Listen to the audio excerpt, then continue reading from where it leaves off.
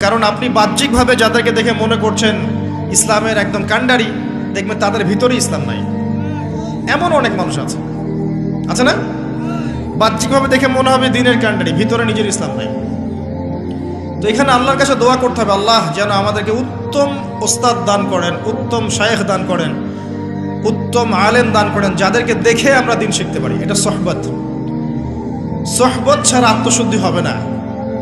কারণ আপনার আমার মধ্যে কি ভুল ত্রুটি হচ্ছে এটা তারা ধরিয়ে দিতে পারবেন। এবং অনেক বিষয় সূক্ষ্ম আছে যে আপনি বিনয়ী হচ্ছেন না অহংকারী হচ্ছেন, আপনি গায়রাতওয়ালা হচ্ছেন নাকি নিজের ব্যক্তিত্বকে নষ্ট করছেন, এগুলো তারা ধরতে পারবেন, আপনি পারবেন না। নূর আছে যাদের মধ্যে, আল্লাহর নূর যাদের মধ্যে আছে, তাদেরকে দেখে শিখতে হবে। কিভাবে? ওই মূসা আলাইহিস সালামের মতো। মনে আছে মূসা আলাইহিস সালাম সফর করলেন খিজির আলাইহিস সালামের কাছে যাবেন বলে, তার কাছে জ্ঞান শিখবেন বলে। খিজির আলাইহিস সালামের সাথে সফর করে তিনি জ্ঞান শিখলেন। যেই খিজির আলাইহিস সালাম আল্লাহর নূর দিয়ে দেখছিলেন, যেটা মূসা আলাইহিস সালাম দেখতে পারেন নাই।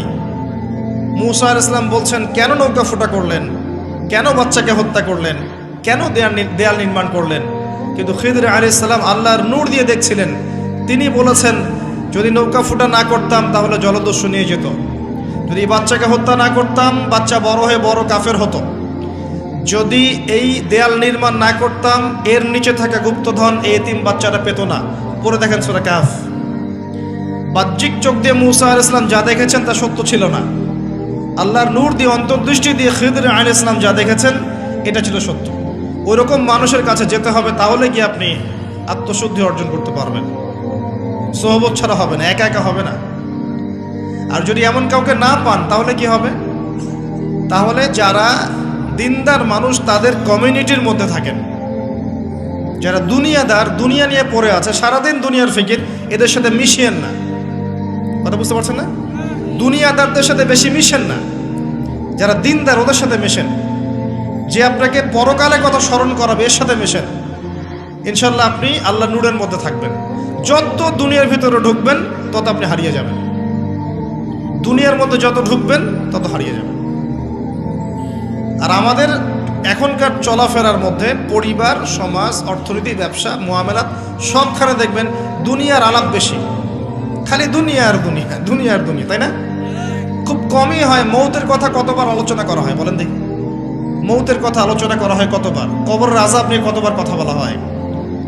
কবরের শাস্তি, বারজাখের জীবনের শাস্তি নিয়ে কতবার কথা বলা হয়? কবরের পর যে মিজান, পুলসিরাত, জান্নাত জাহান্নাম আছে, এগুলো নিয়ে কত আলোচনা করা হয়।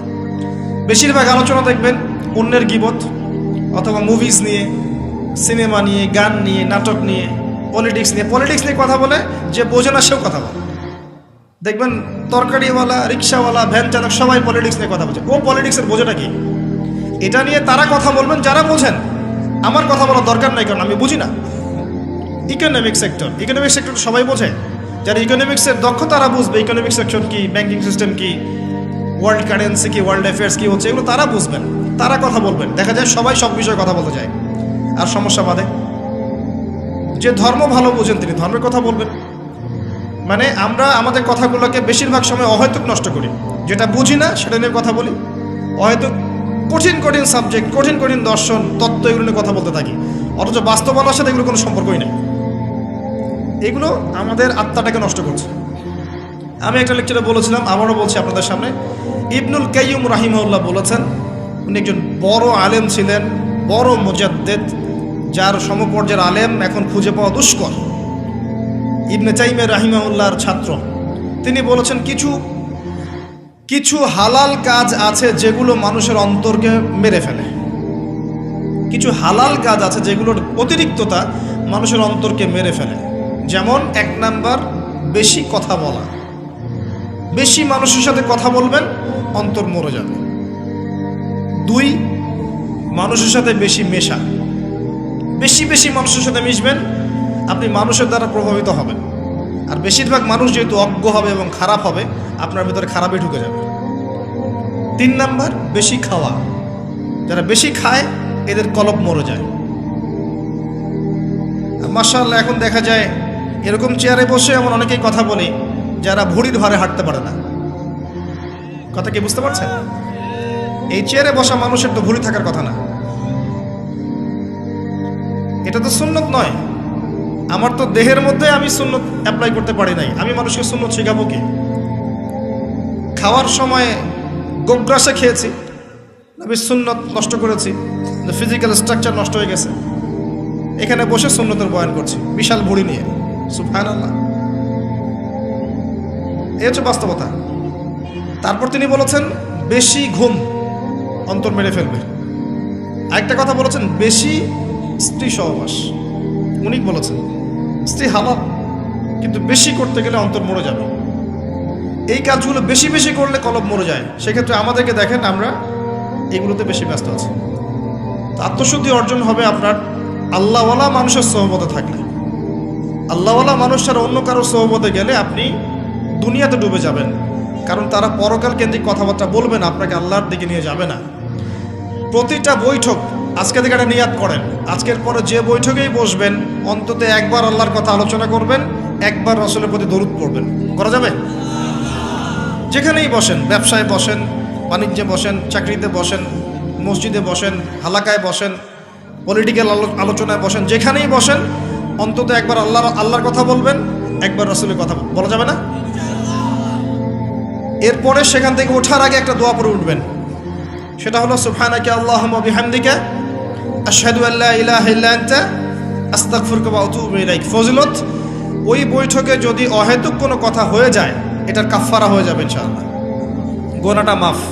আর যদি ভালো কোনো কথা বলে থাকে এটা কিয়ামতের মাঠে সোয়াবের একটা বুলন্দ হয়ে থাকবে, সোয়াব হিসাবে বুলন্দ হয়ে থাকবে, এটা আপনাকে দেওয়া হবে ইনশাআল্লাহ। আমরা আমাদের ভিতরটা চেঞ্জ করে আসেন। আত্মশুদ্ধি, সোহবত লাগবে। 1 নাম্বার বলেছে কি? তাওহীদ লাগবে, শিরক রাখা যাবে না। 2 নাম্বার সুন্নত লাগবে, বেদাতের সাথে আপোষ করা যাবে না। এই জায়গায় একটা কথা বলে অন্যদিকে যাই, বেদাতীদের একটা শাস্তি আছে, কিন্তু সারা জীবন প্রচুর আমল করেছে কিন্তু আমলগুলো নবীর তরিকায় হয়নি। এ কারণে হাওজে কাউসারের পানি যখন নবী সাল্লাল্লাহু আলাইহি ওয়াসাল্লাম খাওয়াতে যাবেন একটা পর্দা পড়ে যাবে। এটা সহিহ বুখারীতে হাদিসে এসেছে, একটা পর্দা পড়ে যাবে। এবং নবী সাল্লাল্লাহু আলাইহি ওয়াসাল্লাম নিজে বলবেন ইন্নাহুম মিন্নি, এরা তো আমার উম্মত। কেন পর্দা পড়ে গেল? আল্লাহ পাক জানিয়ে দিবেন ইন্নাকা লা তাদরি মা আহদাসা বা'দাক, আপনি জানেন না আপনার মৃত্যুর পর তারা আপনার দিনকে কিভাবে পরিবর্তন করেছিল, মানে আপনার সুন্নতে কত বেদাত ঢুকিয়েছিল আপনি জানেন না। আল্লাহর নবী নিজে বলবেন সাল্লাল্লাহু আলাইহি ওয়াসাল্লাম সুহকান সুহকান লিমান গায়্যারা বা'দি, দূর হয়ে যাও, দূর হয়ে যাও যারা আমার পরে দিনকে পরিবর্তন করেছো, বেদাত করেছো। সুন্নতে থাকতে হবে, বেদাতে যাওয়া যাবে না। এরপরে বলছে সোহবত, আল্লাহওয়ালা মানুষের সোহবতে থাকতে হবে। 4 নাম্বার হচ্ছে বেশি থেকে বেশি কোরআন তেলাওয়াত। পারা যাবে ইনশাআল্লাহ? বেশি থেকে বেশি ডেইলি অন্তত একটা করে সূরা পড়তে পারবেন? অন্তত একটা পৃষ্ঠা পড়তে পারবেন? কোরআনে কতগুলো পৃষ্ঠা আছে বলেন দেখি? আল কোরআনের আলো যে ঘরে ঘরে জ্বালতে চান, কোরআনে কয়টা পৃষ্ঠা আছে বলেন এখন? আলেম ওলামারা পারবে। 600 পৃষ্ঠা। একটা হাফেজি কোরআনে কয়টা পৃষ্ঠা আছে? আমার কথায় রাগ করবেন না, আমি বাস্তবতা আর যা চলমান এর মধ্যে আমি পার্থক্য দেখতে পারি। অনেক আমাদের আশা আল কোরআনে আলো ঘরে ঘরে জ্বলুক, তাই না? দেখবেন ঘরে ঘরেই কোরআন পড়তে জানে না। তো ঘরে ঘরে প্রতিটা মানুষ যদি কোরআন পড়তে না জানে, আলো কি এমনি এমনি জ্বলবে নাকি? তো আসলে অযথা স্লোগান দিয়ে লাভ আছে? সুন্নতের আলো ঘরে ঘরে জ্বালো, খুব সুন্দর কথা, মাশাআল্লাহ। তো প্রত্যেকটা ঘরে ঘরে তো সুন্নতের পাবন মানুষ লাগবে নাকি? এমনি এমনি জ্বলবে? আপনি বাস্তবতা হচ্ছে এই যে আপনি ঘরে ঘরে খুঁজে দেখেন প্রত্যেকটা ঘরে একটা করে কোরআন তেলাওয়াত করা মানুষ পান নাকি? আজকে খুঁজে দেখেন প্রত্যেকটা ঘরে একটা করে মানুষ দেখান যে কোরআন তেলাওয়াত করে নিয়মিত। তা আলো কেমন করে জ্বলবে ভাই?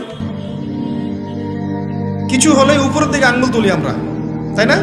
ওইখানে সমস্যা, ওইখানে সমস্যা, ঘরেই তো সমস্যা, উপরে আঙ্গুল তুলে লাভ কি আমার? তো কোরআনের আলো ঘরে ঘরে জ্বলবে ঠিকই ইনশাআল্লাহ যখন প্রতিটা ঘরের মানুষরা কোরআন পড়তে শিখবে। প্রত্যেক দিন 1 পৃষ্ঠা করে পড়তে পারবেন? 600 পৃষ্ঠার বই, মানে প্রতি 20 পৃষ্ঠায় একটা করে পারা শেষ হয়েছে। যারা হাফেজ 20 পৃষ্ঠা পড়তে আধা ঘন্টাও লাগে না। যারা হাফেজে কোরআন তাদের 20টা পৃষ্ঠা পড়তে আধা ঘন্টাও লাগে না। আমরা যদি হাফেজ নাও হয়ে থাকি, 20টা পৃষ্ঠা আমরা কি 1.5 ঘন্টায় পড়তে পারবো না? 2 ঘন্টায় পড়তে পারবো না? 2টা ঘন্টা খুব বেশি কিছু? 2টা সিরিয়াল দেখতে আপনার 2 ঘন্টা চলে যায়, তাই না? এই যে মহিলারা সিরিয়াল দেখে না, দেখুন 2টা সিরিয়াল দেখতে 2 ঘন্টা চলে যাবে। একটা মুভিজ দেখতে 2 ঘন্টা। এখন তো সিরিয়াল লাগে না, আপনি তো লুডো খেলে 2 ঘন্টা নষ্ট করছেন, তাই না? মোবাইলে পাবজি খেলে 2 ঘন্টা নষ্ট করছেন। আপনি আরেকটা কি জানি গেমস আছে, ফ্রি ফায়ার, এটা খেলে 2 ঘন্টা নষ্ট করছেন। টিকটক করে নষ্ট করছেন সময়, অযথা স্ক্রল করছেন, নষ্ট করছেন, 2 ঘন্টা নষ্ট করছেন। সময় কে দিয়েছে আপনাকে? এই যে সময়টা নষ্ট করছেন আপনি, সময়টা কে দিয়েছে আপনাকে? এই সময়ের মালিকটা কে? আমি নিজে কি আমার হায়াতের মালিক? তা আমাকে কে অধিকার দিল 2 ঘন্টা নষ্ট করা? যে দিনের প্রতিটা কাজ কোরআন সুন্নাহ মতো করার চেষ্টা করছে, এখন সে ক্লান্ত হয়ে পড়েছে, এখন ঘুমাবে। এই ঘুমটার জন্য আল্লাহ পাক নেকি দিচ্ছেন। দিনের জন্য আপনি চেষ্টা করছেন, নামাজ পড়ছেন, দিনের জ্ঞান অর্জন করছেন, সুন্নাহর মতো জীবনযাপন করছেন, এখন টায়ার্ড হয়ে গেছেন, ঘুমাবেন। এই ঘুমটার জন্য আপনি নেকি পাচ্ছেন। আল্লাহ পাক এত সুবিধা দিয়েছেন। ক্লান্ত হয়ে গেছেন, ক্ষুধার্ত, আপনি খাবেন, এই যে খাচ্ছেন, খাওয়ার জন্য নেকি পাচ্ছেন। আর কি চাই আমরা আসলে? এখন প্রবৃত্তির তাড়না আছে, একটা প্রবৃত্তির তাড়না আছে, স্ত্রীর কাছে যেতে হবে, গিয়েছেন, আপনি আপনার প্রবৃত্তির তাড়না মিটিয়েছেন, আপনি নেকি পাচ্ছেন। আর কি চাই আমরা মানুষ হিসেবে?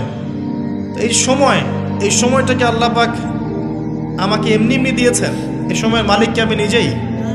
2 ঘন্টা কেন নষ্ট করব এগুলো করে, যেগুলোর কোনো ফায়দা নাই?